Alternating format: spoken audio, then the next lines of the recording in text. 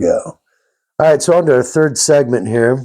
You get off the ship, the bomb is dropped, you're back here in the States, and when you come back to Indiana, and you see, who do you see for the first time? What was that reception of you coming back like? Well, they had a lot of celebrations downtown, but they brought me to a camp south of Columbus. There's an army camp down there, and Atterbury? Was it Atterbury? no, it was south of Atterbury. Okay. But anyway, I brought some stuff home, my keepsakes, and one of the things that I had a 45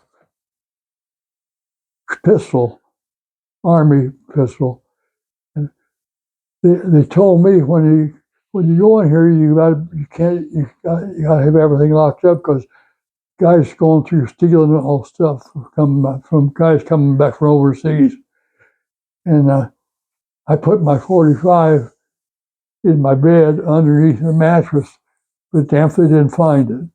So they stole my 45. But downtown was different, and a lot of celebrations going on. And first thing I wanted to see was a movie. And we had a lyric theater, and Indianapolis had 8 or 10 little theaters. And when I saw them loading up the bomb, I was behind the barbed wire fence, and but I kind of knew what it was.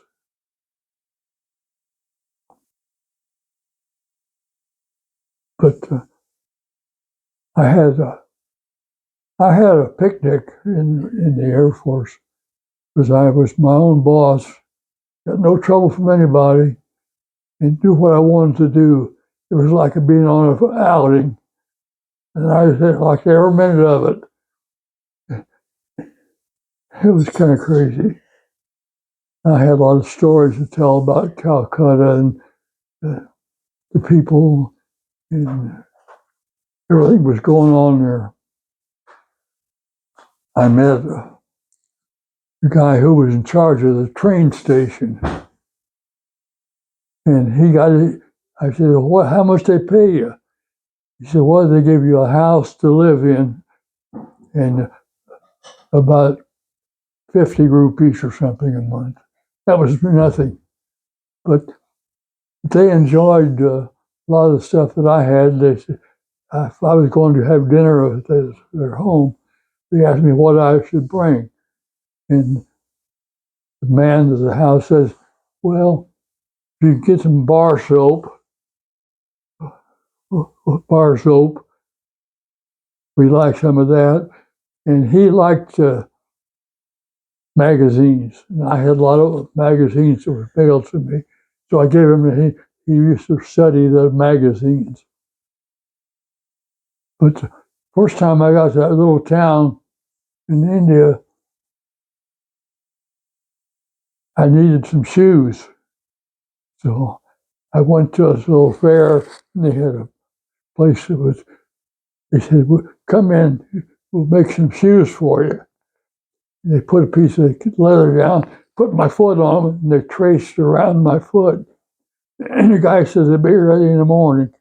I went over, it cost me $2 to get the damn things got wore out in about a week. They were cheap. Well, $1 a shoe, you know, I don't know what quality you're going to get for $1 a shoe, but so when you came back and you came back to Indiana, and when did you meet? Were you already at Butler, or how did you decide to go to Butler? And when did you meet your wife, Bay? Well, when I got home, my buddy, his name was Bob Elder, and they lived in an old home down on Madison Avenue. It's a special home. supposed to been a place for the Underground Railroad at one time. But anyway, I went with him, and we went on a hunting trip. And he says, I got a date with the girl, and you'd like to come along because she's got a sister. So I fell in love with a sister. Her sister was horrible. She mean and dumb, and The one he was with was horrible? he was with. But they only lasted about a year. But I married. I didn't get married right away. I was still a playboy, and she had a husband that was killed in the war. Mm-hmm. He was drafted, and she had this little son. And I went with her for maybe 6 months or something. And I know that she wanted to get married, but I wasn't quite ready.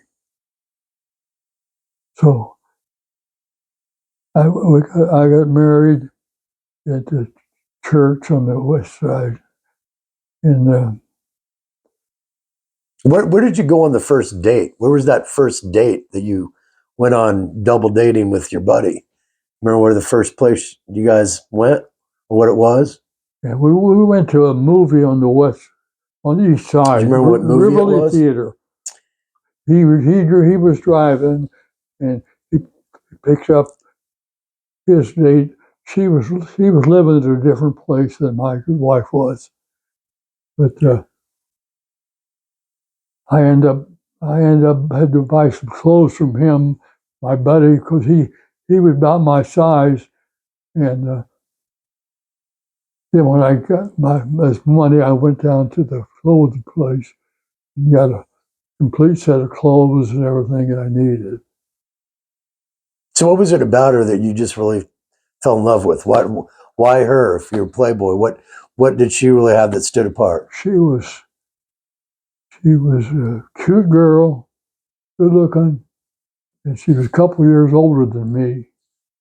But then I found out that she had this son, and then I knew where she lived, and she invited me over. And we put her son to bed in the bedroom. Her and I would go into the living room, and she loved music. She buy all the music on the Vinyl. Yeah. And I even took her and the boy to Florida one time. This is Wally? Yeah, Wally. And we had a problem down there because we had a place that there was only one bedroom. So we put the boy in the bedroom, and we had one of the mattresses that we put in the living room, and we slept on that. So how long was it before? Who was the first son you had with her? Was it Kent? Or was it Mark? Kent. Kent was first. Yeah. Okay. So how many years were you guys married before you had Kent? Beg your pardon? How long were you married before you had Kent? We never was married before that. No, did you? So you got married to her, right? Yeah. So how long after that did you have Kent? About a year. About a year. Okay, got it. And then you also, after Butler, you worked at Detroit Diesel, Allison, Yeah. tank transmission specialist. Yeah. Went back to essentially support military tanks. Yeah. Well, I knew I had to get a job someplace. Mm-hmm. So I'm looking at the paper, and this is Allison Engineering reviewing people for tank transmission. I thought, I went to tank transmission school about a week. I could take them apart and put them back together and make them work. So then I Then later on, they called me from General Motors in Detroit and said, "I want you to go to all these big places that have a tank transmission." So I did that, and pretty soon they said, "We're going to have war games in upper New York. And I want you to go up there, and you're going to have 25 tanks, and you're going to have, we'll send you some helpers." So I went up there, got a room in a hotel, and it said, "Don't park on the street, go to a parking lot around the corner." I thought, hell, that's why I'm parked on the street. It says next morning there's 2 foot of snow come overnight, and I went out and my car wasn't there. I said, "Where the hell's my car?" She said, "We sent it up to the parking lot." So we had a problem with those tanks. They were automatic tanks and had the transmissions, and they had a plate you put in there to go faster. Well, these tanks wouldn't go that faster. They'd shift into high, and they wouldn't go real faster. So I tore one of them down, and I found out that they didn't, when they manufactured them, they didn't put the little plate that's on there to make it go higher. So we stayed there for quite a while. And then when I got done with that assignment, I went back to Allison. And I decided, well, they had a pretty good payroll, and they could get some bonds too. So I signed up for that, and I stayed about 8 years before I quit. I was never making. I had a family to take care of, and I wasn't making enough to do any special things. So I didn't know what to do. So my brother-in-law was in the machinery business. He said, "You ought to get in the machinery business." He was a crook. He hired me, he lied to me about what he was paying me. He wasn't supposed to give me a commission on it, and I wasn't getting it. So I worked for him for about 3 months. And I thought, well, I'm just going to start my own company. So I started Baker Machinery, and we had the office here in the basement. And then Here, this is where it started. yeah, And that was in '62 or what? No, that was about what year was that? Remember what year it was? well, 50s, well, 60s? in the late 60s, Late 60s, okay. early 70s. I'm not Late sure. 60s, early 70s. Yeah. So what was there's a lot of areas of machinery. There's a lot of different areas that you could help different types of giant industrial machines or small things. So what niche did you want to focus on? Well, I wanted to focus on Indiana was a good state, and they didn't have a lot of sophisticated equipment. But I sold press brakes and shears and ironworkers and saws, things that small shops needed. So I started making the call all around Indiana, and I sold a lot of equipment. And there was one company that I liked, but they had a representative that covered Indiana. And I said, well, I'll put you on as a dealer, but you have to show them you can do it. The first year, I was the best dealer in the country. I sold more equipment by myself, traveling. And what was the equipment specifically? What did it do? Press brakes and shears. Press brakes would take hunks of the metal and cut them to strips Okay. or anything they wanted to do.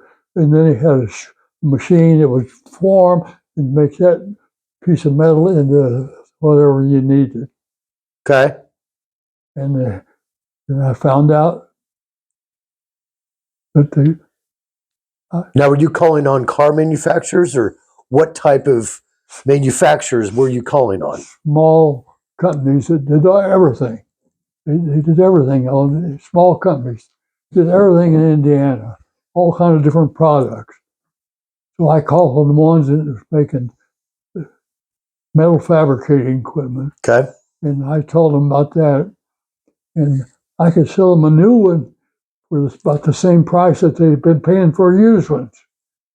So I said, well, here's one you can buy for $10,000, and you're going to spend $8,000 or $9,000 on the used one that's 20 years old, wore out. So, okay, I'll take it. I said, if you don't like it, I'll take it back. I said, I never had to take anything back that I sold. So, what was your percentage commission? My percentage commission was 40%. That's a lot.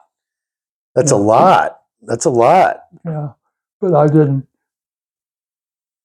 I just built the business and I built a little office down 39th and Keystone. Okay.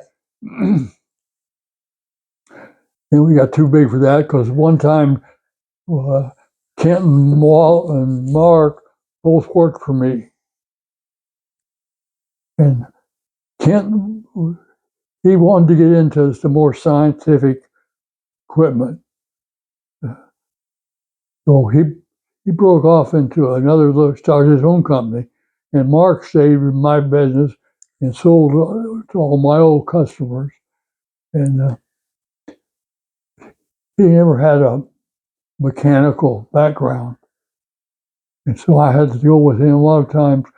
He'd have a customer interested in something, and I'd meet him and take him in there and show him how it works, how simple it was, how good it was. And it worked out fine. So, as you grew it, you had one son take over yours, another son learn and start his own Right, on a higher tech right, level. right. And I know some of Kent's clients were in robotics and Yeah, aerospace, Oh, those yeah. type of things. yeah. So, were you impressed that he went that direction and actually? He was doing better than I was, but I didn't want to quit because one time I had 7 salesmen traveled around, but they were deadbeats. I couldn't find any good people. Yeah.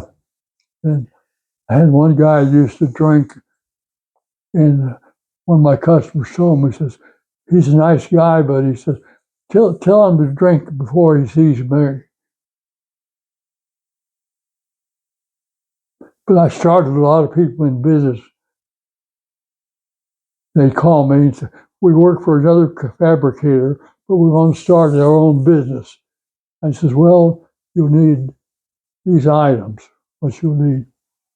And I sold a lot of equipment. What about race teams? Hmm? Did you ever sell to race teams? Yeah. I would think you would, because they're making stuff all the time for the cars. But And this is Race Central. They had most of their stuff. And I used to sell them. I'd go visit the race teams and see what they're doing, what they needed. And sometimes it would be a smaller piece of equipment. It maybe only cost $800, $1,200.